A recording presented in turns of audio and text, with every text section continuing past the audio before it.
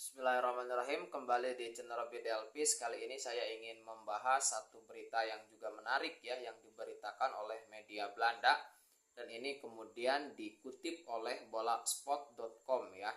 Kita bacakan dulu terlebih dahulu seperti apa berita lengkapnya, kemudian kita berikan analisis ya. Bolakspot.com, media Belanda merespon kabar oleh Romani yang resmi menjadi warga negara Indonesia atau WNI. Penyerang 24 tahun tersebut resmi menjadi WNI pada Sabtu 8 Februari 2025 malam waktu Indonesia Barat. Oleh Romani resmi menjadi WNI usai mengucapkan sumpah pewarganegaraan di London, Inggris. Kabar ini membuat Oleh Romani berhak untuk membela timnas Indonesia. Ex penyerang FC Utrecht tersebut memiliki darah Indonesia melalui sang nenek dari Medan. Kabar ini membuat media Belanda memberi tanggapan positif. Nah, Football Primer ya memberitakan bahwa Oleh Romani dengan judul Naturalisasi Semakin Lengkap, Kluivert menerima bala bantuan Belanda yang diinginkan. Oleh Romani bukan satu-satunya nama yang disumpah menjadi WNI.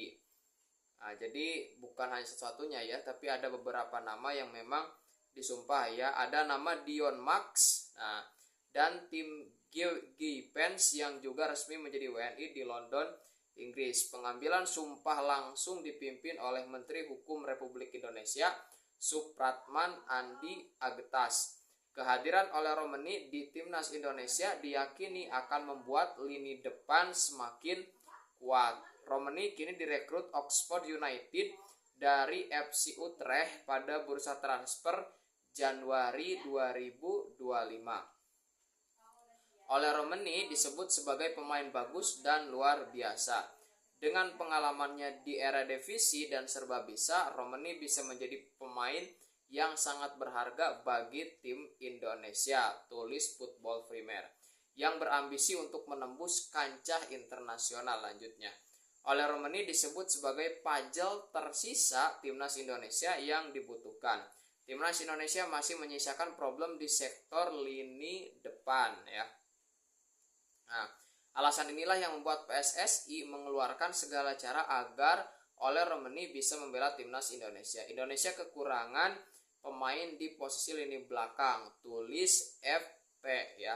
Nah, yang sebagian menjadi alasan mengapa PSSI melakukan segala cara untuk mendatangkan Romani, imbuhnya. Oleh Romani diproyeksikan bakal segera debut bersama timnas Indonesia. Debutnya diperkirakan bakal datang pada Maret 2025. Skuad Garuda bakal menantang Australia dan Bahrain di ronde ketiga kualifikasi Piala Dunia 2026.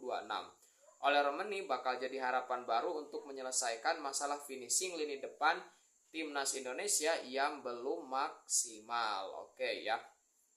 Nah, apa yang bisa kita lihat, bisa kita analisis dari berita tersebut ya. Nah, yang pertama, selama ini atau setidaknya dalam dekade terakhir ya, sejak eranya Bambang Pamungkas, kemudian Boa Salosa ataupun beberapa pemain lainnya. Nah, Indonesia atau timnas Indonesia memang tidak memiliki striker murni atau striker yang memang bisa bersaing dengan striker asing ya. Dan krisis penyerang ya di lini depan di timnas Indonesia itu kan memang bermula dari krisis yang terjadi di Liga ya, dimana di Liga 1 dalam dekade terakhir tidak ada lagi nama pemain lokal yang bersaing di jajaran top skor ya. Hampir semuanya adalah pemain asing. Tidak ada pemain lokal gitu kan. Dan pemain lokal terakhir yang menjadi top scorer adalah Bambang Pamungkas kalau tidak salah. Kecuali ada Ilja Spasojevic ya. Tapi itu kan juga naturalisasi gitu kan. Nah, artinya memang ketika di liga posisi striker tidak lokal ya, posisi striker lokal tidak mampu bersaing, maka muaranya ke timnas juga terjadi krisis seperti itu. Sehingga kalau dulu kita mendengar nama Ilham Wijaya Kusuma, Boa Salosa, ya Bambang Pamungkas, Ali Yudin atau beberapa nama lain yang memang mereka mampu mencetak gol banyak gitu kan, bahkan mampu bersaing di jajaran top skor. Nah, dalam dekade terakhir kan itu tidak ada, sehingga muaranya ke timnas juga tidak ada. Nah, artinya karena krisis terjadi di liga domestik kita, maka ya ketika ada pemain naturalisasi atau ada pemain diaspora yang mungkin dinaturalisasi dan kebetulan posisinya adalah posisi depan, tentu ini akan menjadi hal yang sangat menguntungkan. Nah, sempat juga kan dalam masalah naturalisasi ini ada pertanyaan, kenapa yang dinaturalisasi itu sebagian besar itu adalah pemain belakang atau pemain tengah ya, tapi sebagian besar kan pemain belakang. Nah, jawabannya barangkali bukan karena tidak mau menaturalisasi pemain depan, tetapi memang pemain-pemain diaspora itu sebagian besar berposisi di pemain belakang ataupun di pemain tengah gitu ya, bukan di pemain depan ya.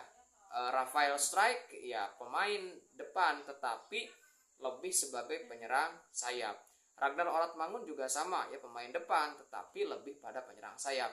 Jadi belum ada striker, bukan striker murni ya, tapi striker yang memang bisa mencetak gol ya, lebih banyak mencetak gol bukan membuka ruang. Kalau penyerang sayap kan seperti Rafael Strike, kemudian Ragnar Oratmangun kan itu lebih banyak membuka ruang. Nah, ini yang murni striker tidak ada, sehingga kedatangan oleh Romani ini diharapkan memang bisa mengisi kekosongan tersebut. Sehingga wajar ketika ya Football Framer itu ya, media Belanda itu kemudian memberikan tanggapan positif dengan kehadiran oleh Romani yang pernah berlaga di FC Utrecht ya di Eredivisie Liga 1 Belanda, kemudian sekarang kan ada di Oxford United ya di Inggris. Nah, dan menurut media Belanda tersebut kan oleh Romani diprediksi akan bisa debut pada Maret, karena Maret nanti Indonesia akan bertanding di round ketiga lanjutan pertandingan ke-7 dan ke-8 melawan Australia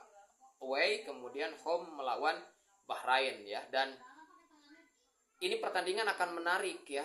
Kenapa akan menarik dan kenapa juga pertandingan ini termasuk yang ditunggu-tunggu, selain nanti akan debut beberapa pemain ya, diprediksi akan debut beberapa pemain termasuk diantaranya adalah Ole Romani, di mana Ole Romani dianggap sebagai salah satu solusi ya atas krisis pemain depan yang kita miliki. Ini juga sekaligus menjadi debut bagi sang pelatih atau sang head coach timnas Indonesia yang baru, yakni Patrick Kluivert. Jadi tentu saja gitu kan kita akan melihat bagaimana permainan baru, era baru timnas Indonesia di bawah Patrick Kluivert dengan beberapa pemain yang juga baru melakukan debut ya. Kalau beberapa pemain seperti Tom Hai dan lain sebagainya kan kita sudah tahu ya seperti apa. Nah, sedangkan oleh Romani walaupun di klub kan kita tidak tahu perannya di timnas seperti apa. Nah, ini akan sangat menarik sekali ya.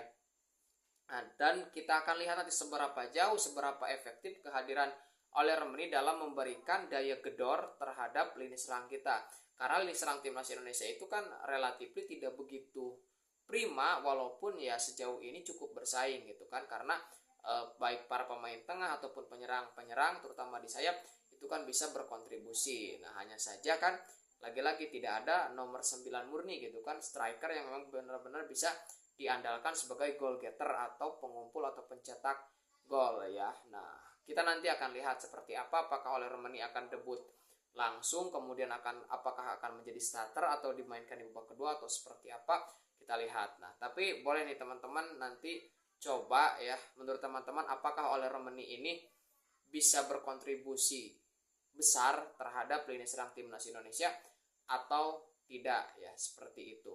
Oke, barangkali itu ya dari saya tentang oleh Romani dan apa yang diberitakan oleh media Belanda kita. Perhatikan ya, kita akan lihat seberapa jauh gitu kan kontribusi daripada Ole Romani ini terhadap lini serang timnas Indonesia. Oke, sampai di sini dulu ya. Terima kasih.